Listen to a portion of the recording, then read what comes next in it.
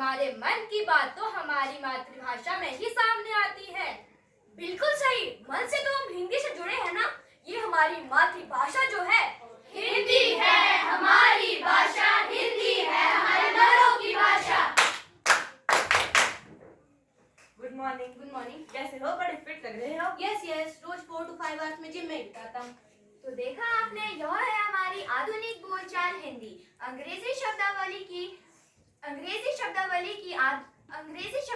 की ब्रह्मांड के लिए नई इंग्लिश। इस भाषा में तो हिंदी भाषा को घी में से किशमिश की तरह अलग किया जा रहा है। क्या अंग्रेजी, चीनी, जापानी और अन्य विदेशी भाषाओं को भी इसी प्रकार बोला जा सकता है?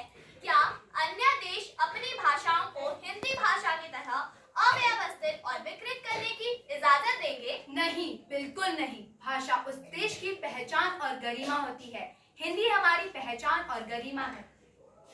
तो अब हम भी हिंदी भाषा का सम्मान कर अपनी भाषा की गरिमा का मान रखेंगे। हाँ, अपनी भाषा की गरिमा का मान रखेंगे।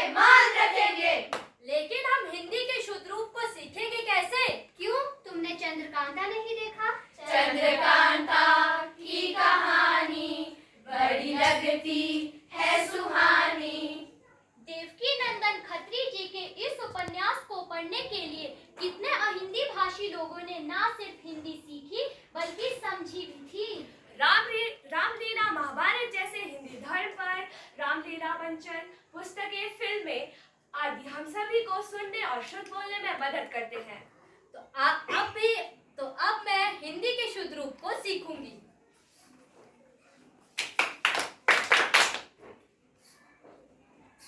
Good morning. नमस्कार। Please come here. Please introduce yourself. मेरा नाम कशिश है। मैं शिमला में रहती हूँ। मैं सनातन। एक मिनट, क्या तुम सिर्फ हिंदी में ही बात करती हो? आपको अंग्रेजी नहीं आती? तो फिर आप काम कैसे करेगी? प्लीज आप जा सकती है। तो देखा आपने, ये है भारत की विडंबना, हिंदी भाषी का दर्द। अपने ही देश में अपनी भाषा का महत्व नहीं। कांच में हो या गिलास में, पानी तो पानी ही रहता है ना। उसी प्रकार ज्ञान